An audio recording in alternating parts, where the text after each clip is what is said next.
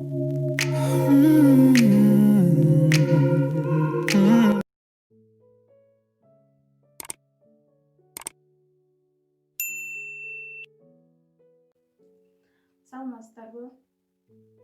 Бүгүн биз орус тилин бат үйрөнүү жолдору жөнүндө сүйлөйбүз жана орус тилин бат кыска убакыттын ичинде үйрөнүп кетүү үчүн 5 кадамды басып өтүү керек. Бул биринчи кадам, то есть первый шаг. Бул максат коюу. Максат коюунун зарылдыгы жана негизги милдети бул орус тилин эмне үчүн үйрөнүү керектигине жооп берет. Мисалы, мен орус тилин үйрөнөм керек, орусча билишим керек эмес, эмне максатта орус тилин үйрөнүүнү каалайсыз? Мисалы, бизнес ачуу үчүн, же жакшы жумушка орношуу үчүн, же болбосо эң мыкты чет элдин китептери 90-95% орус тилине которулат, а кыргыз тилине 5-7% гана которулат. Же балким мыкты менмин деген чет элдин жазуучуларынын китептерин орус тилинде окуу үчүн дегендей максат коюу керек. Максат коюу бул алдына умтулуу жана алдына жылууга жардам берет.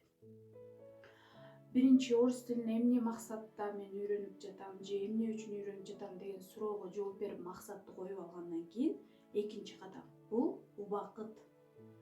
Чектелүү убакыт. Мисалы, 2 ай, 3 ай, 4 ай же 5 ай. Бирок убакыт коюуда деле өтө кыска убакыт койгондо деле болбойт. Мен 1 айдын ичинде орусча сүйлөп кетишим керек деген бул чындыкка жакын келбей калат. В среднем орто эсеп менен 3 ай коюп, мен 3 айдын ичинде орус тилин үйрөнөм деп чектеп, календардан убакытты коюп, допустим, ушунчанча числого барганда мен орусча кенен сүйлөп калышым керек дегендей чектөө коюп, убакыт коюп, андан кийин баштаган жакшы. Чектөө койгондон кийин деле срок коюу деген ар бир айга биринчи айда мен кенен грамматиканы үйрөнүп бүтөм.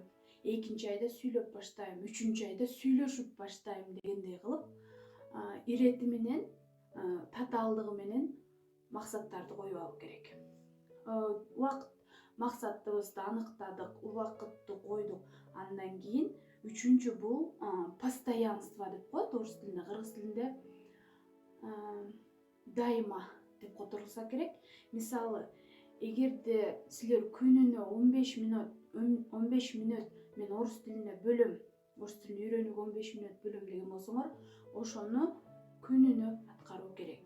Күнүнө 15 мүнөт окуп коюу же бир жумада 1 саат окуп коюу. 15 мүнөт окуп коюу бул кыйла жакшы чечим. Себеби постоянство күнүнө аткарып атып, ошол привычкага кирет, а привычка управляет нами дегендей. Привычка это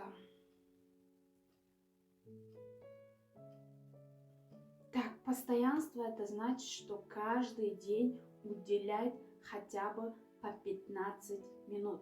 Күнүнө жок дегенде 15 мүнөт бөлүү.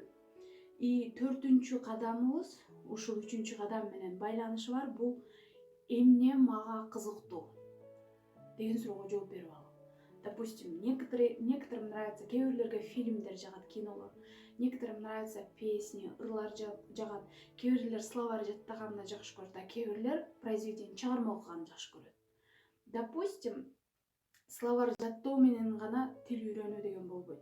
Кээ бирлерге сөздүк жаттоо туура келет, ыңгайлуу, ошону менен үйрөнүп кетиши мүмкүн. А кээ бирлерге сөздүк жаттоо бул туура келбейт. Допустим, бүгүн жаттаган, эртең унутуп деле коюшу мүмкүн.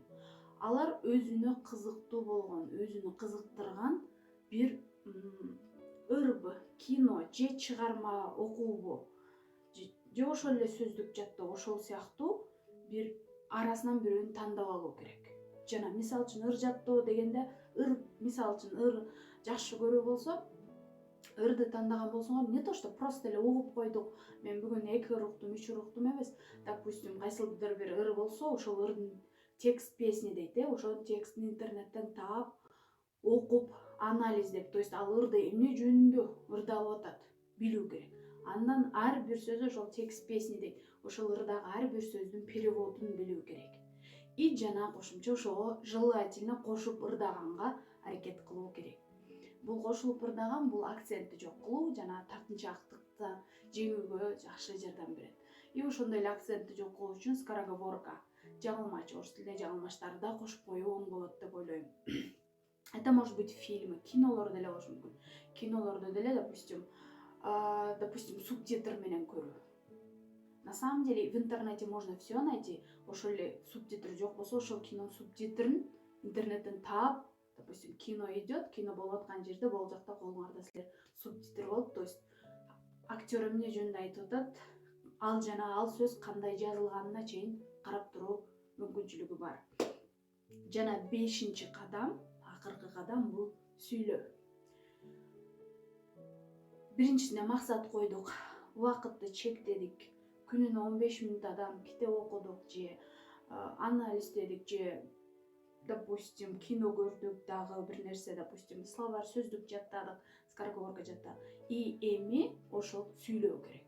Сүйлөө эмес, именно сүйлөшүү. Окуганыбызды, көргөнүбүздү бүт баарын бирөөгө айтып берүү керек. Ну, на самом деле бирөөгө айтып берүү үчүн дайыма эле жаныңарда силерди уккан киши жок болуп калышы мүмкүн. Но в таком случае можно даже говорить самим собой. Өзүңөр менен өзүңөр болсо деле, сүйлөшүп болсо деле практика кылуу керек. Так, бул орус тилин үйрөнүүнүн 5 кадам бул курска жазылуу же кааласаңар өз алдынча үйрөнүү же университетте үйрөнүү болсун, допустим, бул не то что русский язык только орус тилине тиешелүү эмес, бул кайсыры бир тилди үйрөнүү, английский, корейский, кайсы тилди үйрөнөйүн деген болсо, ошол 5 кадам универсальный десе деле болот. Максат койдук, убакытты чектедик, күнүнө 15 мүнөттө бөлдүк, обязательно. Бүгүн тойго кетип калдым, анан эртең тияка кетип калдым эмес, именно күнүгө дедикпи, күнүгө 15 мүнөт. И потом өзүбүзгө ыңгайлуу болгон бир метод, ыкманы тандадык и анан сүйлөшөбүз. Так, негизгиси ушул. Эгерде сиз кыска убакыттын ичинде үйдө отуруп телефон аркылуу орус тилин үйрөнүүнү кааласаңыз, анда жазылыңыздар. Орус тилин онлайн үйрөнүү курсу. Ссылка ылдыйда.